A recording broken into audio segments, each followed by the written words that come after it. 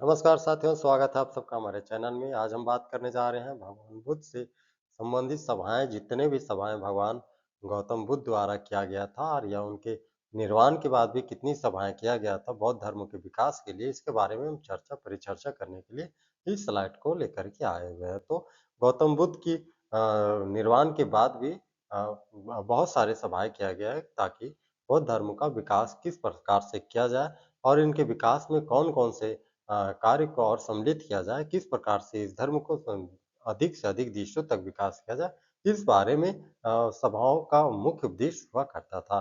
इसी में से हम देखते हैं इसी कड़ी में कि प्रथम बौद्ध सभा कब किया गया था और इसकी अध्यक्षता किसके द्वारा किया गया था, तो इसके बारे में हम देखते हैं कि डिटेल से देखते हैं कि आखिर इन सभाओं का क्या-क्या उद्देश्य था और इसकी कौन-कौन अध्यक्षता किया था, इसके बारे में हम देखते हैं। तो देखते हैं कि प्रथम बौद्ध संगीति जो हुई थी, प्रथम बौद्ध संगीति कब किया गया था? 483 ईसा पूर्व में प्रथम बौद्ध संगीति किया गया था। कब? 483 ईसा पूर्व में। आप देखें इसको बहुत अच्छे से याद करना होगा क्योंकि एग्ज़ाम्स में अक्सर ये सब क्वेश्चन्स आते हैं। तो 4, 8 और 3 4, 8, 3 483 ईसा पूर्व में प्रथम बौद्ध संगीति कब किया गया था? 483 ईसा पूर्व में किया गया था। कहाँ किया गया था? तो राजगीर में किया गया था। राजगीर कहाँ पर है? तो वर्तमान बिहार के जिसे राजगीर के नाम से जाना जाता है, जो प्राचीन समय में राजगृह कहलाता था, वर्तमान में राजगीर के नाम से जाना जाता है। बिहार का एक जिला है, ठीक है? कहाँ पर है? बिहार में है। इसकी अध्यक्षता किसने किया था? तो महाकश्यप ने इसकी अध्यक्षता किया था और उस समय के राजा कौन थे? राजाश्रय का कहने का तात्पर्य था कि राजा का आश्रय। उस समय राजा कौन थे? तो अजातशत्रु। अजातशत्रु के राज शासन के दौरान महाकश्यप की अध्यक्षता में राजगीर जो बिहार में है, 483 ईसा पूर्व में 483 ईसा पूर्व में पहली बौद्ध संगीति होती है 483 ईसा पूर्व में। कब होती है? 483 ईसा पूर्व में, ठीक है ना? 483 ईसा पूर्व में कहाँ होती है? तो बिहार के राजगीर में होती है, राजगीर में होती है। और इसकी अध्यक्षता किसने किया था? तो इसकी अध्यक्षता करते हैं महाकश्यप ने और उस समय के राजा कौन थे? अजातशत्रु। मैं देखना कि मैं बातों को या तो मैं शब्दों को एक से ज़्यादा बार रिपीट करता हूँ। रिपीट करने का मतलब ये नहीं है कि मुझे आता नहीं है। रिपीट करने का मतलब ये है कि आपके जो कॉन्शियस माइंड है, कॉन्शियस माइंड में यदि हिट कर गई ये शब्द राजगृह, महाकश्यप, अजातशत्रु 483 वर्ष ईसा पूर्व और क्वेश्चंस में यदि ये आ गया तो आप डेफिनिटली इसका आंसर 100% सही मारेंगे। तो इसलिए मैं एक शब्द को 2 से 4 बार बोलने का प्रयास करता हूँ। मेरा उद्देश्य सिर्फ पढ़ा करके स्लाइड पार करके निकल जाना नहीं होता है। मेरा उद्देश्य होता है कि मैं अभी बैठा हूँ, मैं पढ़ा रहा हूँ, कुछ घंटा, आधा घंटा तक यदि मैं बैठा इस स्लाइड में तो मेरा प्रयास होता है कि 100% मैं दूँ, 100% आप लगाओ और इस स्लाइड को याद कर लो कि बौद्ध धर्म की प्रमुख सभाएँ कहाँ-कहाँ होती है और इस सभा की अध्यक्षता कौन करते हैं और इसके उस समय के राजा कौन थे और इन सभाओं के प्रमुख उद्देश्य क्या थे? इम्पोर्टेंट ये होते हैं कि उसका उद्देश्य क्या थे? तो मैं इसलिए स्लाइड में जो लिखे होते हैं उसके अतिरिक्त मैं अन्य बातों को भी ऐड करता हूँ और प्रयास करता हूँ कि ज़्यादा से ज़्यादा उस शब्द को रिपीट कर सकूँ ताकि आपके कॉन्शियस माइंड में वो शब्द जो है एंट्री कर जाए एक बार, ठीक है ना?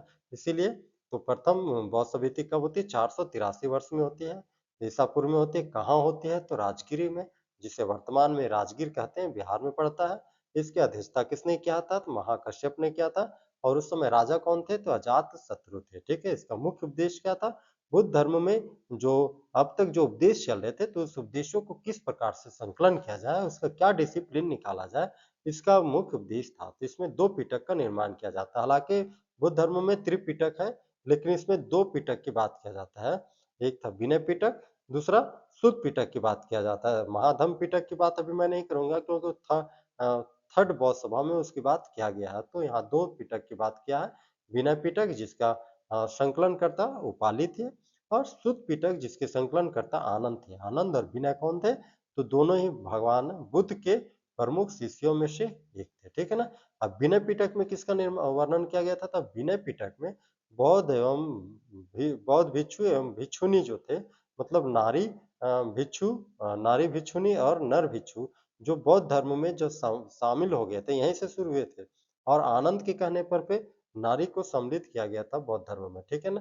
कहा जाता है कि यदि नारी को शामिल नहीं किया जाता बौद्ध धर्म में, तो शायद ये धर्म आदि अनादि काल तक भी चलता रहता है। लेकिन जैसे ही इस धर्म में महिलाओं का एंट्री होता है, बौद्ध भिक्षुणियों का एंट्री होता है, ये भी धर्म अन्य धर्मों के समान धीरे-धीरे विलासिता की ओर जाने लगता है।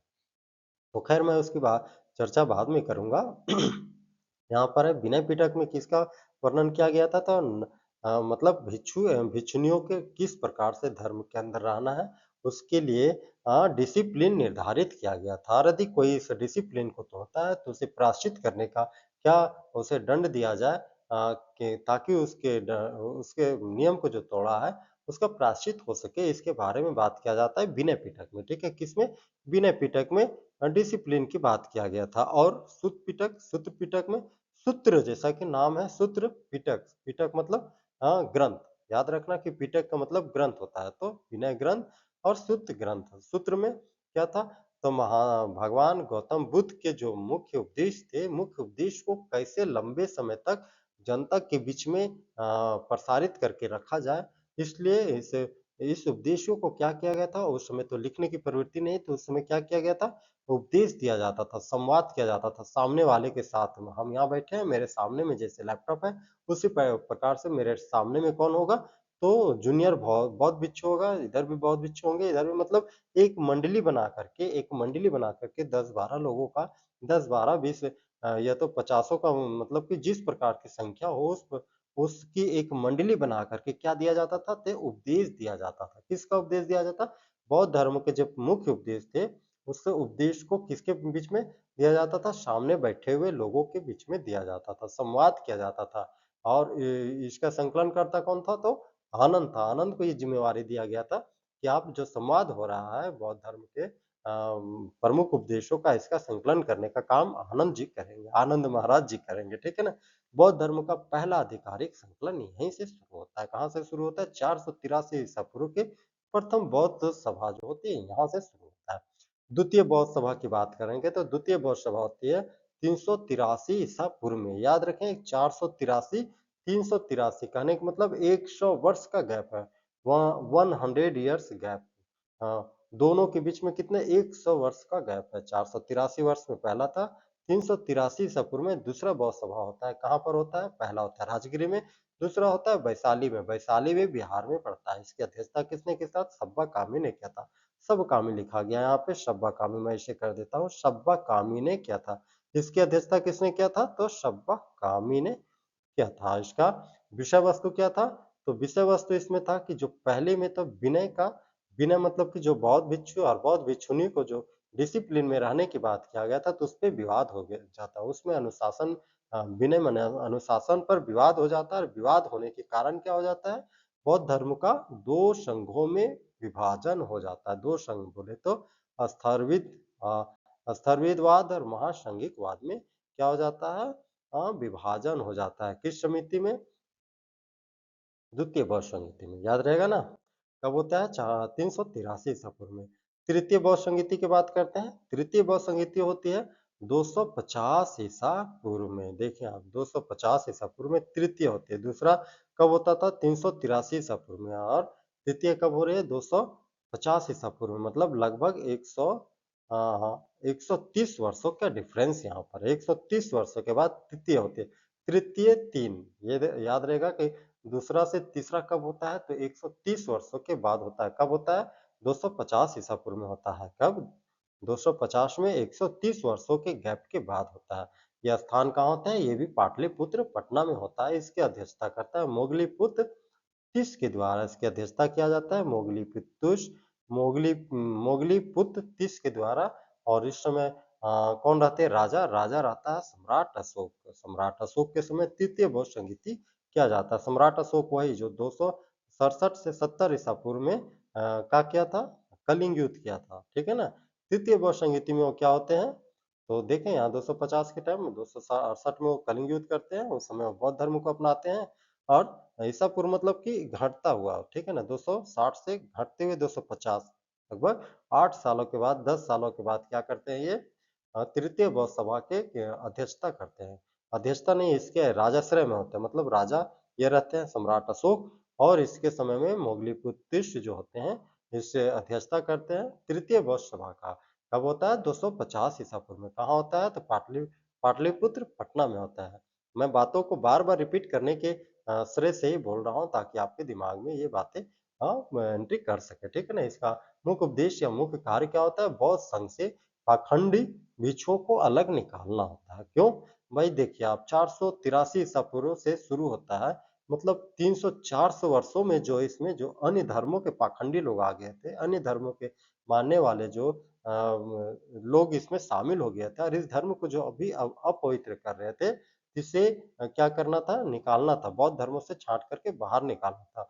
और कहा भी गया था कि बौद्ध धर्म का जो विकास भी हुआ था, तो अन्य धर्मों की अपेक्षा इसे श्रेष्ठ क्यों माना गया था? अन्य अन्य धर्मों में पूजा, पाठ, कर्म का प्रधानता था, लेकिन बौद्ध धर्म में ये प्रधानता नहीं थी। पूजा, पाठ, कर्म जो कांड था, कर्म कांड की जो प्रधानता अन्य धर्मों में विकृति रूप से भरी पड़ी थी, बौद्ध धर्मों में ये सारी विकृतियाँ नहीं थी। इसीलिए लोग जो थे, एक तीसरे विकल्प के रूप में बौद्ध धर्म की ओर एंट्री कर रहे थे और तीसरे विकल्प के रूप में बौद्ध धर्म को अधिकांश लोग मान रहे थे, मानने के लिए अग्रसर भी हो रहे थे। इसी में कुछ पाखंडी लोग भी जो थे, जो इस धर्म में एंट्री करके अन्य धर्मों की पाखंडता इसमें भी शामिल करने लगे थे। तो बौद्ध धर्म के जो मुख्य अनुयायी थे, जो प्राचीन अनुयायी थे, जिनका बौद्ध धर्म का जो सिद्धांत जिन्हें पता था कि बौद्ध धर्म में ये पाखंडी नहीं चलेगा, उन पाखंडियों को छाँटने का, उन पाखंडियों को एसआईआर करके, जैसे भारत सरकार एसआईआर कर रही है, मतलब कि स्पेशल रिकग्नाइजेशन कर रही है कि इंडियन हो कि नहीं हो, उसी टाइप से एसआईआर किया गया था तृतीय बौद्ध संहिता में और छांट करके पाखंडी भिक्षुओं को क्या किया गया था? तृतीय बौद्ध संहिता से निकाला गया था, हटाया गया था। अभिधम्म पिटक का संकलन किया गया था और क्या हुआ था इस समय? अभिधम्म पिटक का संकलन किया गया था। किसमें? तृतीय बौद्ध संहिता। मैंने कहा था ना कि तृतीय को मैं बाद में बताऊंगा, तो तृतीय का तृतीय अभिधम्म बौद्ध संघ में इसका संकलन किया जाता है। तृतीय बौद्ध संहिता में क्या होता है? अभिधम्म पिटक का संकलन। अभिधम्म पिटक अब क्या होता है भाई? अभिधम्म पिटक का तात्पर्य था कि जो प्रथम बौद्ध बौद्ध संगीति हुई थी, शुद्ध पिटक का जो संकलन कर रहे थे, कौन कर रहे थे? आनंद साहब जी कर रहे थे। तो आनंद जो कर रहे थे, किस रूप में कर रहे थे? संवाद के रूप में, सामने बैठा करके चारों तरफ से बैठा करके उनका संवाद कर रहे थे, मतलब सामने से टॉकिंग कर रहे थे, उपदेशों को दे रहे थे, लोग सब सुनते थे। तो लोग जो सब सुनते थे, तो उन उपदेशों को अब क्या करने की बारी आ गई थी? अब उन उपदेशों को लिखने की बारी आ गई थी कि अब जो सामने उपदेश दे रहे हैं, तो उसे अब संकलित करके लिखना भी जरूरी है। संकलन करने का काम किस सभा में किया गया था? तृतीय बौद्ध सभा में किया गया था। पहले, दूसरे, तृतीय में क्या किया गया था? संकलन करने का। किसका? गौतम बुद्ध के उपदेशों को संकलित करने का काम अभिधम्म पिटक के अंतर्गत किया गया था। अभिधम्म पिटक में किसका वर्णन है? तो गौतम बुद्ध के उपदेशों के संकलन करने का, लिखित संकलन करने का, याद रखना, लिखित संकलन करने का वर्णन अभिधम्म पिटक में है। शुद्ध पिटक में क्या है? उनके उपदेशों को संवाद के रूप में, मतलब कि बोल करके सामने बैठे हुए लोगों को संवाद देना, उपदेश के रूप में प्रसारित करने का काम किसमें था? हाँ, शुद्ध पिटक में। ठीक है ना, जो प्रथम बौद्ध सभा में किया गया था। बौद्ध धर्म का विदेशों में भी प्रचार करने का कार्य किया गया था। किस धर्म में, किस सभा में? तृतीय बौद्ध संहिता में किया गया था। चतुर्थ बौद्ध सभा की बात करेंगे, तो प्रथम ईसा पूर्व में शुरू होती है। प्रथम शताब्दी ईसा पूर्व में चतुर्थ बौद्ध धर्म की सभा होती है। कहाँ पर होती है? तो कुंडलवन कश्मीर में होती है। कुंडलवन कश्मीर में होती है। इसकी अध्यक्षता वसुमित्र करते हैं। और उस समय राजा कौन थे? तो कनिष्क, जो कुषाण वंश से संबंधित थे, वो राजा थे। राजा कौन थे? तो राजा थे कनिष्क, कुषाण वंश से संबंधित। अध्यक्षता क्या था? वसुमित्र। और स्थान था कुंडलवन कश्मीर। कश्मीर और समय क्या था? ये कश्मीर लिखना था, काश्मीर लिखा गया है ना, तो मैं यहाँ र कर देता हूँ, हो जाएगा भाई कश्मीर। आ जाओ आगे, आगे से मिलाने के बाद ये क्या कहलाएगा? कश्मीर। करेक्ट। तो स्थान कुंडलवन कश्मीर। अध्यक्षता वसुमित्र और राजश्री कनिष्क के द्वारा किया गया था। कनिष्क किस धर्म से संबंधित है? कुषाण शासक, कुषाण वंश से संबंधित थे। इसका मुख्य उपदेश क्या था? बौद्ध ग्रंथों पर टिकाएं लिखना। टिक्का लिखना, टिक्का मतलब समझ रहे हैं ना? टिक्काएं लिखने का मतलब था कि बौद्ध धर्म का उत्तर, प्रश्नोत्तर और उत्तर और प्रश्न करना। प्रश्नोत्तर एक शब्द में बोलेंगे तो प्रश्नोत्तर करना, माने प्रश्नों का उत्तर देना। सामने लोग प्रश्न कर रहे हैं, बैठे हुए जो बौद्ध भिक्षु हैं, वो प्रश्न कर रहे हैं और जो बौद्ध गुरु हैं उनका उत्तर दे रहा है, तो उनको टिक्का कहा जाता है। टिक्का लिखना मतलब कि प्रश्नोत्तर करना, प्रश्नों के उत्तर को लिखित रूप में आगे बढ़ाने का काम किस बौद्ध सभा में किया गया था? तो चतुर्थ बौद्ध सभा में किया गया था। किसमें? चतुर्थ बौद्ध सभा में किया गया था। बौद्ध धर्मों की टीका लिखने का काम किया गया था। कहाँ पे इसका सम्मेलन हुआ था? तो कुंडलवन कश्मीर में हुआ था। अध्यक्षता किसने किया था? वसुमित्र ने किया था। और राजा कौन थे उस समय? तो कुषाण शासक था कनिष्क, ठीक है ना। इसमें इसका परिणाम होता है कि महायान बौद्ध धर्म का व्यवस्थित विकास होता है और ग्रंथ संस्कृत में लिखे जाते हैं। यहीं पर एक सवाल ये भी आता है कि किस बौद्ध सभा में जो महायान और हीनयान दो धर्मों में विभाजित हो जाता है बौद्ध धर्म, तो यही होता है कौन सा, चतुर्थ बौद्ध सभा जो होती है प्रथम ईसा पूर्व में। यही हीनयान एवं महायान दो धर्मों में या दो संघ में विभाजित हो जाता है बौद्ध धर्म, ठीक है। अब आगे हम इसके और भी एक सटीक रूप में बताने का प्रयास करेंगे कि जैसे आपको हमेशा के लिए याद रह जाए, हमेशा कैसे याद रहेगा एग्जाम हॉल में, तो इसके लिए मैं छोटा सा ट्रिक देने का प्रयास किया हूँ। ट्रिक क्या है, रावे पाक, रावे यहाँ से र निकाल लीजिए, यहाँ से व निकालिए, रावे हो गया, यहाँ से प निकालिए, यहाँ से प निकालिए और यहाँ से क निकालिए, क्या हो गया, रावे पाक। रा से राजगीर, वै से वैशाली, प से पाटलिपुत्र और क से कश्मीर। क्या बात है, रावे पाक, रा से राजगीर, व से वैशाली और पा से पाटलिपुत्र और क से कश्मीर, ठीक है। रावे पाक। अब इसके संरक्षण, इसकी अध्यक्षता किसने किया था, इसकी अध्यक्षता का भी मैंने एक ट्रिक, बहुत ही बेजोड़ ट्रिक निकाला हूँ। यहाँ पर लिख देता हूँ पहले अजात शत्रु, अजात शत्रु, जिसका कोई जन्मजात शत्रु ना हो वो नाम क्या कहलाता है, अजात शत्रु कहलाता है, अजात शत्रु। अजात शत्रु जन्मजात जिसका शत्रु ना हो ना, अजात शत्रु। नाम इतना हार्ड है कि यहाँ पे टाइपिंग ले नहीं पाया था, इसलिए मुझे यहाँ पे बाहर से लिखने की आवश्यकता पड़ रहा है। अजात शत्रु, इसकी अध्यक्षता किसने किया था, अजात शत्रु ने किया था। किसका, तो द्वितीय बौद्ध जो था बौद्ध संघ का, इसकी अध्यक्षता किसने किया था, अजात शत्रु ने। अब यहाँ पे ट्रिक में लेता हूँ, सॉरी, अजात शत्रु ने नहीं किया था भाई, अजात शत्रु ने नहीं किया था। अजात शत्रु तो पहला था, काला शोक किया था, काला शोक किया था, काला शोक किया था, सॉरी सॉरी सॉरी, काला शोक किया था, किसने किया था, काला शोक ने किया था, किसने किया था, काला शोक ने किया था। काला शोक मुझे लिखना था, मैं अजात शत्रु को ऊपर वाले देख कर लिख दिया। यहाँ लिखना था क्या, काला पानी जैसे था ना वैसे काला शोक, काला शोक ने किया था, काला शोक ने किया था। अजात शत्रु के बाद किसने किया था, काला शोक ने। आपने पढ़ा भी था द्वितीय में, तो वही काला शोक यहाँ पर मैं इसको लिखता हूँ, उसके बाद मैं बताता हूँ इसका ट्रिक क्या होता है। तो काला शोक में लिखा, यहाँ पे क्या हो गया, काला काला काला शोक, क्या हो गया, काला शोक। आप यहाँ पे देखें, आप इसका मैं ट्रिक बता देता हूँ कि काला शोक को कैसे याद रखो। तो अक्का यक, यहाँ से का, अक्का, यहाँ से य और यहाँ से क, क्या हो गया, अक्का यक, क्या हुआ, यक्का यक। अब कहेंगे भाई यक्का यक में तो कहीं अशोक भी आ जाएगा, कहीं अजात शत्रु भी आएगा, है ना। तो आप ध्यान रखना कि यक्का यक जो पहला य आएगा वो 5 शब्दों को इंडिकेट करेगा और जो दूसरा या आएगा वो छोटे शब्दों को इंडिकेट करेगा। तो छोटे शब्द में कौन है, यह अशोक है, और बड़े शब्द में या में कौन है, तो अजात शत्रु है। 5 शब्दों को पहला या किसका इंडिकेट किया, अजात शत्रु को, ठीक है। और दूसरा या बीच में जो आया सो किसका इंडिकेट किया, तो अशोक को किया।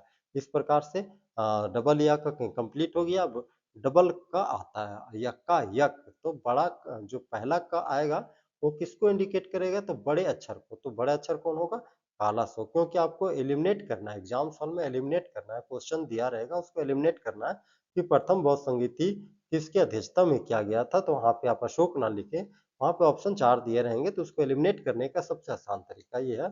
तो जब पहला का आएगा बड़े अक्षर को इंडिकेट करेगा। बड़ा अक्षर कौन है, जो 4 शब्दों से है, काला शोक, बड़े अक्षर काला शोक है। और दूसरा का जो आएगा वो छोटे का को इंडिकेट करेगा। छोटा क्या है, कनिष्क, है ना। तो ये अकायक और दूसरा रावे पाक, दोनों से कंप्लीट हो गया। स्थान हो गया कंप्लीट, रावे पाक में रा से राजगीर, वैसे वैशाली, प से पाटलिपुत्र और क से कश्मीर। उसी प्रकार से अकायक में हो गया, पहला अजातशत्रु, दूसरा काला शोक और तीसरा कन्या शोक और चौथा कनिष्क। आप इसमें देखेंगे कि क्या क्या काम किए गए थे। तो पहला में देखते हैं कि सुत पिटक और विनय पिटक का संकलन किया गया था। दूसरा में संघ का विभाजन हो गया था, क्यों हुआ था, तो विनय पिटक को नहीं मानने के कारण भिक्षु और भिक्षुणियों में विवाद हुआ था और संघ का विभाजन हो गया था। तीसरा में अभिधम पिटक का प्रचार किया, अभिधम पिटक का संकलन किया गया था। या अभिधम पिटक को शामिल किया गया था। क्यों? क्योंकि अब जो उपदेश था उसको लिखने की बारी आ गई थी, तो इसलिए अभिधम पिटक को यहाँ से शामिल किया गया था। चौथा में क्या था? हीनयान और महायान 2 धर्मों में विभाजित हो गया था। गौतम बुद्ध द्वारा निर्मित जो धर्म था, बौद्ध धर्म 2 धर्मों में विभाजित हो गया था। किस-किस में?